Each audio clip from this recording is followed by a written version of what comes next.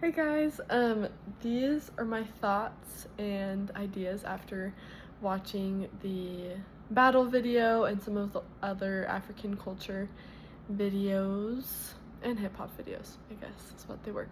But these are my thoughts on how body, effort, shape, space, and time play a factor in that, as well as the African culture and how hip hop is different on the street versus a stage. So, with body, hip hop uses all parts of your body: arms, legs, torso, neck, head, wrists, fingers. Like, it is just like encapsulating of the whole body, which I think is so cool. And this is done with varying textures and shapes, so the body is very well used in hip hop, I think.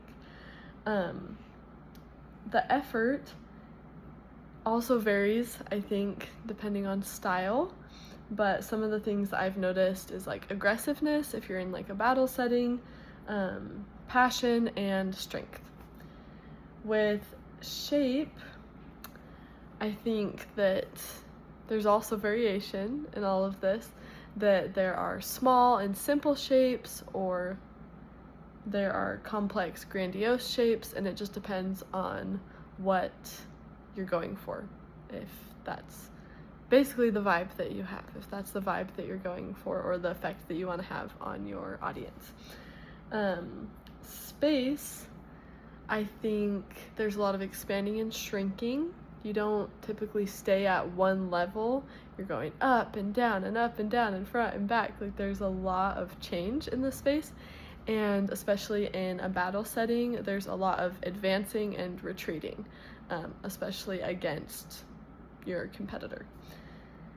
With time, there's obviously timing with the music, trying to hit certain beats or certain accents in the music, but there's also like the amount of time that you spend in the space. So like, how much time are you going to spend battling? How much time are you going to spend freestyling? So I think that that is really cool. It has all of these factors in it, and all of these principles come into play. With African culture relating to hip hop, I think that grounded movement is very prominent.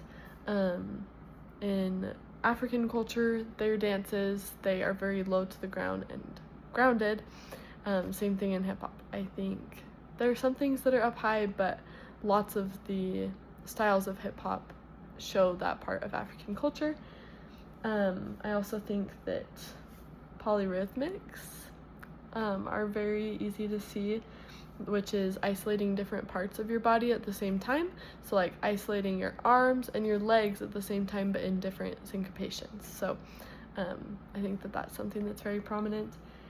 And when hip hop goes from street to stage, I think something that stands out to me is the difference in interaction.